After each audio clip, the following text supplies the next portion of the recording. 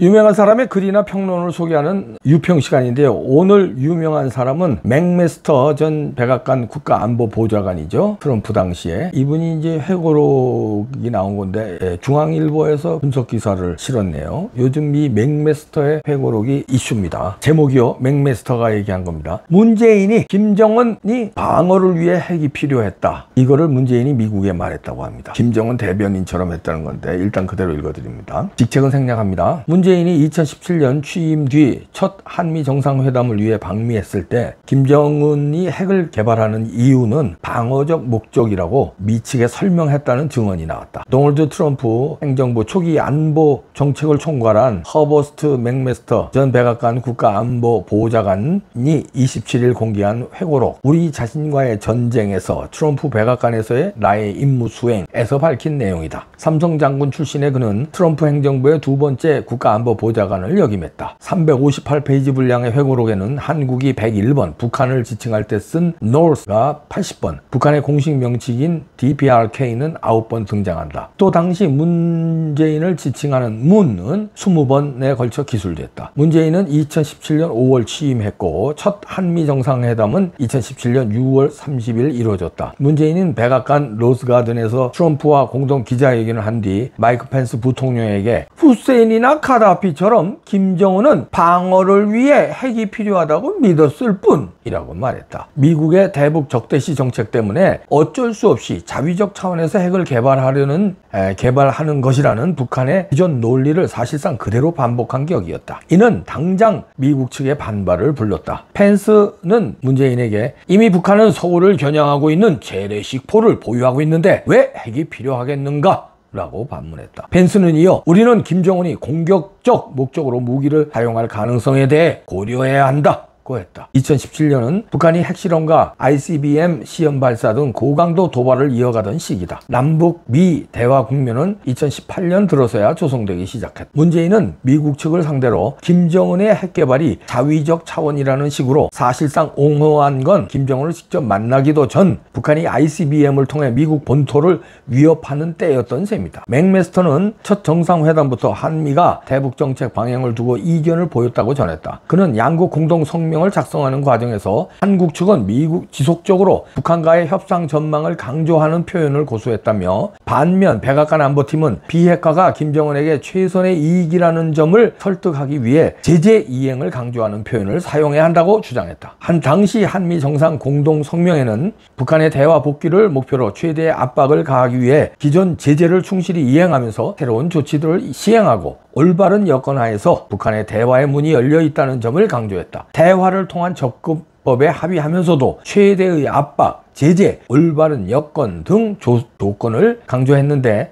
맥메스터가 소개한 양국 간 이견이 이런 식으로 나타난 것일 수 있다. 2018년 초 북한이 평창 겨울올림픽 참가 의향을 밝히자 정의용 당시 국가안보실장은 김정은이 희망의 메시지를 보내고 있다고 말하며 매우 기뻐했다고도 맥메스터는 회상했다. 이에 맥메스터는 확신할 수 없다. 김정은이 제재 완화를 바라며 한미 사이를 이간질하려는 것이면 어떻게 하느냐며 한미 정상의 관계를 망칠 수 있는 한 가지는 미국과 북한 사이의 갈등에서 한국이 중립적 방관자로 등장하는 것이라고 경고했다. 평창올림픽 개막식에서 마이크 펜스 당시 부통령이 아베 신조 당시 일본 총리와의 별도 회동을 이유로 당시 북한 대표단을 이끌고 방남한 김정은의 동생 김여정이 참석한 만찬에 의도적 지각을 했던 배경도 설명했다. 맥메스터는 트럼프는 오랜 논의 끝에 펜스에게 김여정을 잠깐 만나 이번 일은 나쁘게 끝날 수도 좋게 끝날 수도 있다는 강력한 메시지를 전하라고 지시했다고 적었다. 대통령과 미군은 준비되어 있고 북한을 핵무기 보유국으로 받아들이지 않기로 결정했으며 압박은 커질 것이고 시간이 얼마 남지 않았다는 트럼프의 메시지도 공개했다. 맥메스터는 문정부가 북한의 위협을 축소하는 데 급급했다는 식의 주장도 내놨다. 한미 정상회담 직후인 7월 4일 북한이 동해상으로 미사일을 발사한 뒤 통화에서 정의용 안보실장이 우리는 아직 도발에 사용된 미사일이 ICBM이라고 규정할 준비가 안 돼 있다고 했다는 것이다. 이에 맥메스터는 의용 당신이 ICBM이라고 부르지 못한다고 해서 그 미사일이 ICBM이 아니라는 것은 아니지 않느냐고 따졌다고 했다. 실제 당시 북한의 미사일 발사 직후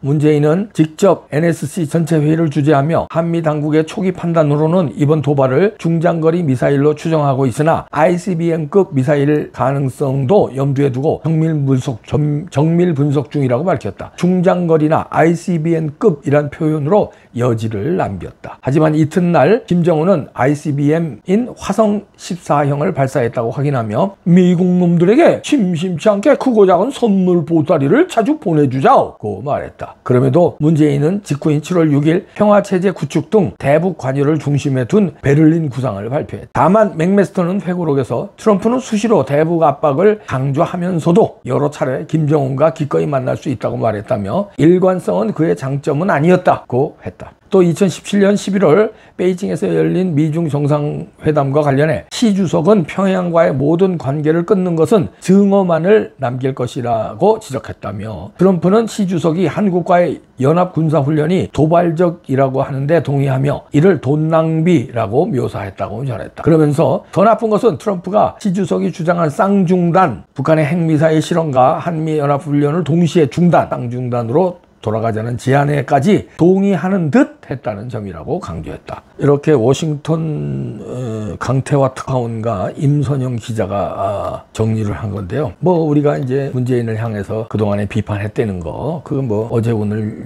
뭐 우리 나온 게 아니죠. 이건 뭐 이미 알고 있는 건데, 이게 의미가 있는 거는 이제 확인을 시켜줬는데 그냥 허접한 사람이 아니라 트럼프 정부의 국가안보보좌관이 회고록에서 확인시켜줬다. 뭘? 문재인은 김정은의 대변인 노릇을 했고, 김정은이 핵을 자꾸 개발하는 것은 공격용이 아니라 방어용인데 미국이 공격하는 거에 방어하기 위한 것이라는 북한 측 입장을 대변하는 데 그쳤고, 문재인은 미국을 만나서도 호시탐탐 북한의 그 제재 해제에 방점을 두는 메시지를 미국에 남발하고 어떻게든지 그걸 끌어내려고 노력했는데 대한민국의 대통령이라고 보다는 북한의 외교관 같았다, 북한의 대변인 같았다는 게 골장. 우리는 그걸 다 알고 있었지만 확인 사살을 해준 겁니다. 맥메스터가요. 이런 사람이 대통령을 했으니 안보 라인이 어떻게 됐겠습니까? 대북 라인이 어떻게 됐겠습니까? 정보 라인이 어떻게 됐겠습니까? 다 망가졌죠. 작정하고 망가뜨린 거예요. 국정원을 망가뜨리고 국방부를 망가뜨리고 이렇게 한 결과가 지금까지 이어지고 있는 거예요. 윤석열 대통령이 아타했다고 얘기했잖아요. 대통령이 안 바뀌었으면 아타할 뻔했다. 대한민국이 고급 정보를 다 받아보니까 김정은과 문재인이 이런 짓까지 했구나. 문재인이 이런 위험한 행동을 했구나. 이런 위험한 생각을 가지고 우리나라를 5년간 통치를 했구나. 그 생각을 하니까 아찔했다는 거 아닙니까? 큰일 날 뻔했다는 거 아닙니까? 그러니까 이런 사람이 대통령이 되는 나라가 어디 있습니까? 이런 위험성이 있는 거는 대통령 되기 전에도 우리가 감지했어요. 그리고 우리 평론가들도 얘기했고, 또 국민의힘 전신인 진한국당이야, 거기 뭐야, 거기서도 얘기했어요. 위험한 인물이라고. 근데 이거를 찍어준 국민들이, 그러니까 이런 안보에 대해서 불감증을 가지고 있는 거예요. 그런데 이제는 부정선거까지 눈 하나 까딱 안 하고 저지르니까 이게 이제 문제인데, 이게 지나간 건 지나간 거고요. 문재인인데 이거를 이제 정리를 해야 될 거 아닙니까? 그러면 이런 반역자를 처단을 해야 될 거 아니에요. 그게 대통령을 지냈던 사람이건 국방부 장관을 지냈던 사람이, 안보 보장을 했던 정의용, 여기서도 지금 나오죠. 어떤 처진을 했는지. 그리고 박지원 같은 국정원장을 지냈던 사람이건 반역 행위를 한 사람은 정권이 바뀌었으면 처단을 해야 될 거 아니에요. 처단을 안 하니까 이런 제2의 문재인보다 더한 이재명이 나오는 거고, 박지원보다 더한 간첩이 국정원 원장 하겠다고 달려드는 세상이 될 거예요. 단죄를 안 하니까. 마약 수사를 안 해보세요. 마약범을 잡지를 않아 보세요. 마약 청구, 지금도 잡는데도 마약 청구이 되는데 간첩도 안 잡고 문재인, 이재명 같은 놈들을 놔두니까 어떻게 되겠습니까? 다른 나라 같으면 상상을 못하는 이 상황이에요. 우리 경제가 세계 10위고 뭐 군사력이 6, 7위 하고 뭐 스포츠면이나 문화면이나 뭐 기업에서도 잘하고, 그러니까 대한민국이 뭐 선진화되고, 그러니까 걱정 없는 거 없죠. 국민들은 그렇게 열심히 노력해서 그렇게 세계 최고가 된 거예요. 지금 모든 분야의 10번째 안으로. 그런데 여러분이 모르고 있는 사이에 정치권, 국방, 정보 라인 침투가 이 간첩들에 의해서 침투가 돼 있는 거예요. 아주 한 발자국만 나가면 나라가 위험해지는 거예요. 돈이 많으면 뭐합니까? 원래 부자가 더 잘 망하는 거예요. 가난한 사람은 망하질 않아. 원래 가난하니까. 헝그리 정신이 눈이 반짝반짝해서 간첩이 들어오질 못하게 그냥 정신을 바짝 차리고 있어요. 박정희 대통령 시절에 그랬잖아요. 그렇게 간첩을 잡았잖아요. 지금 간첩 안 잡잖아요. 대통령이 간첩 의심을 받는데 무슨 간첩을 잡아. 대북 송금으로 안방을 갔다 온 사람이 국정원장을 시키는 나라였어요. 무슨 놈의 그런 나라의 간첩을 잡어. 이제는 단죄를 해줘야 됩니다. 윤석열 정부 남은 임기 동안에 이런 거 하나만 정리를 해도 역사에 남을 그런 훌륭한 평가를 받을 거예요. 뭐 자질구레한 거 잘하려고 하지 마시고 이런 거. 그러니까 자유민주주의 체제 간첩들 제거하는 거. 그 다음에 범죄자 권력형 비리자들 잡범들 말고 범들 알아서들 잡잖아요. 대통령이나 붉은 사람들이 할 일은 큰 범죄자들 이재명 문재인 같은 사람 빨리 잡아 넣어야 돼요. 그 다음에 임기 내에 부정선거 없는 선거제도만 만들면 성웅 이순신 무슨 뭐 세종대왕 이승만 대통령 박정희 대통령 급으로 올라가요. 그렇지 않으면 언제 대통령 했는지 모를 완어부 대통령 되고 잘못하다간 박근혜 대통령처럼 감옥 가는 대통령 돼요. 어떤 걸 선택하시겠습니까? 맥메스터의 이 얘기를 집어 들으셔야 돼요. 큰일 날 수준에 와 있다는 거 아닙니까? 이게 부탁드립니다. 충성 필승.